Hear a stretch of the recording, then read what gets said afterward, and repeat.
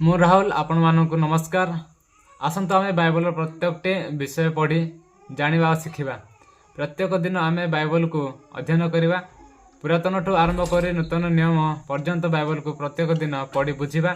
आमे बाइबल रो आरंभ ठारो शेष पर्यंत पढ़िबा और बुझिबा एवं बाइबल रो किछि विषय शिखिबा।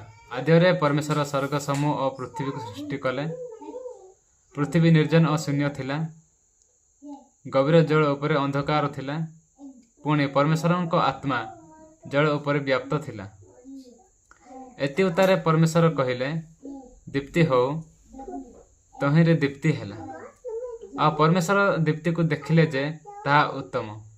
तहु परमेश्वर अंधकार दीप्ति को भिन्न कले। पुणी परमेश्वर दीप्तिर नाम दिवस और अंधकार नाम रात्रि देले। तहु संध्या और प्राप्त काल होय प्रथम दिवस हैला। एति उतारे परमेश्वर कहिले जल मध्य शून्य जात होई जल को दुई भाग रे भिन्न करू। एही रूपे परमेश्वर शून्य निर्माण करी शून्यर अर्धस्थ जलरू शून्यर अर्धस्थ जल को भिन्न कले। तहिरे सही रूप हैला। आ परमेश्वर से शून्यर नाम आकाश मंडल देले।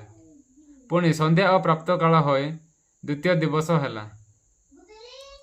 एति उतार परमेश्वर कहिले आकाश मंडल अर्धस्थ जल समग्र जल और एक स्थान संग्रहित होय एक स्थल प्रकाश हो।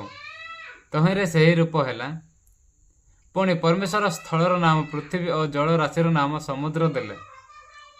आ परमेश्वर ताहा उत्तम देखिले।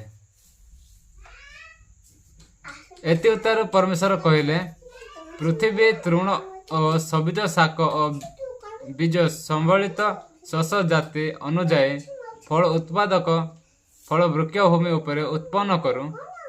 तहिरे सही परी हैला।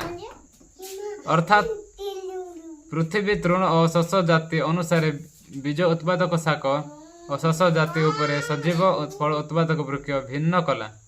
पुणी परमेश्वर ताहा उत्तम देखिले। तहिरे संध्या और प्राप्त काल होय तृतीय दिवस हैला। वीडियो यदि पसंद होउथिबो वीडियो को लाइक शेयर करी चैनल को सब्सक्राइब कर देबे।